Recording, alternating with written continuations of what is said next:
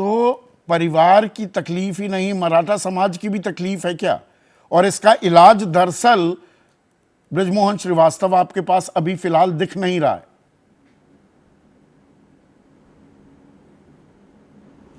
देखिए संदीप जी, सबसे पहले तो मैं जिन लोगों ने इस आंदोलन के दौरान जिनकी मृत्यु हुई है, मैं सबसे पहले राष्ट्रवादी कांग्रेस पार्टी की ओर से उनके प्रति अपनी श्रद्धांजलि अर्पित करता हूं।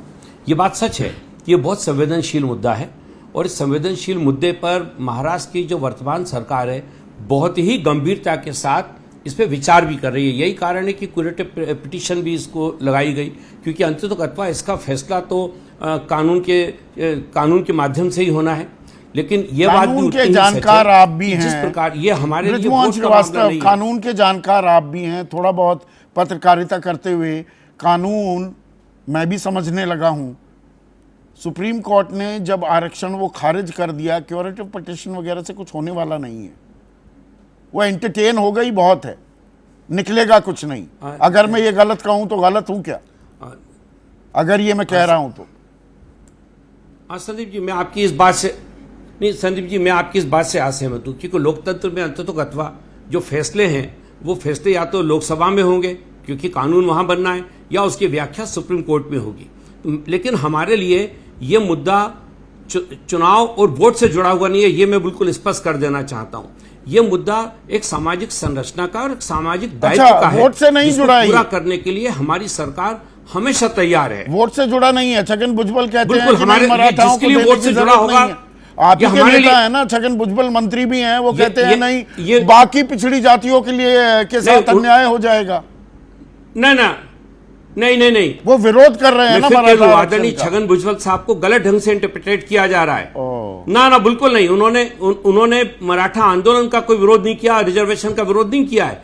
उनका कहना यह कि जो सारे लोगों का जो हक है वो मिलना चाहिए, लेकिन किसी का हक छीन कर नहीं।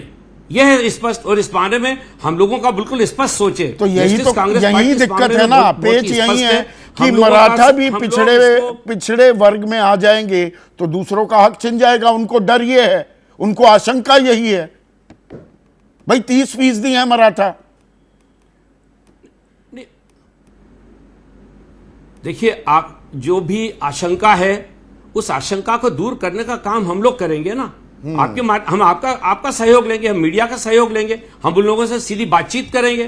तो ये इस प्रकार का, लेकिन फिर भी मैं फिर कहना चाहता हूं, आदरणीय एकनाथ शिंदे साहब, आदरणीय देवेंद्र फडणवीस और आदरणीय अजीत दादा पवार इस मामले को लेकर बेहद गंभीर हैं और इसका बहुत अच्छा कोई हल निकालने के लिए लगातार प्रयास भी हो रहा है। निकालने की डेडलाइन 24 तारीख थी, कल की तारीख थी। दायित्व से ज्यादा बड़ा मुद्दा है चुनाव के मुकाबले।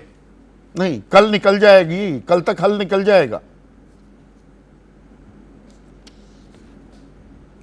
कल तक तो मैं नहीं सोचता कि कल तक हल निकल पाएगा, क्योंकि इस पर बहुत सारी चीजें, लेकिन उनके साथ बात करेंगे। पिछली बार भी जब ये आंदोलन था तो आदरणीय एकनाथ शिंदे साहब ने जाके चर्चा की, और मैं धन्यवाद देना चाहता हूं मराठा क्रांति के नेताओं को कि उन्होंने उनके उस अनुरोध को स्वीकार किया और फिर पीछे हटे वो लोग।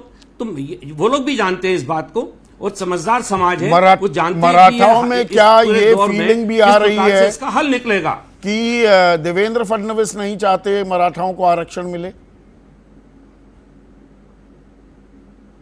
नहीं, उन्होंने तो स्पष्ट रूप से कहा है, स्पष्ट रूप से उन्होंने कहा। अभी जब पिछले महीने की बात है उसमें भी उन्होंने कथनी करनी में बाज़ दफा फर्क हो जाता है। कोई भी समझदार व्यक्ति, नहीं मैं नहीं समझ रहा, आदरणीय देवेंद्र फडणवीस साहब भी इसके समर्थन में हैं, और यह कहना कि आदरणीय भुजबल साहब या देवेंद्र फडणवीस साहब इसके विरोध में है, तो मैं पूरी तौर से इसको नकारता हूं। ये किसी भी हालत में सही नहीं है। जैसे ही घड़ी का काटा दोपहर 2:30 पे आए, बबीता जी का दिल सास बहू साजिश के लिए मचल जाए। और ये है इनकी बहू, पूरे दिन ऑफिस की टेंशन हो जाए गॉन जब ये करें अपना फेवरेट शो फ्री टाइम पे ऑन। इनकी तरह आप भी देखिए अपना फेवरेट शो अपने टाइम पर और डाउनलोड कीजिए एबीपी लाइव ऐप अपने स्मार्ट टीवी पर।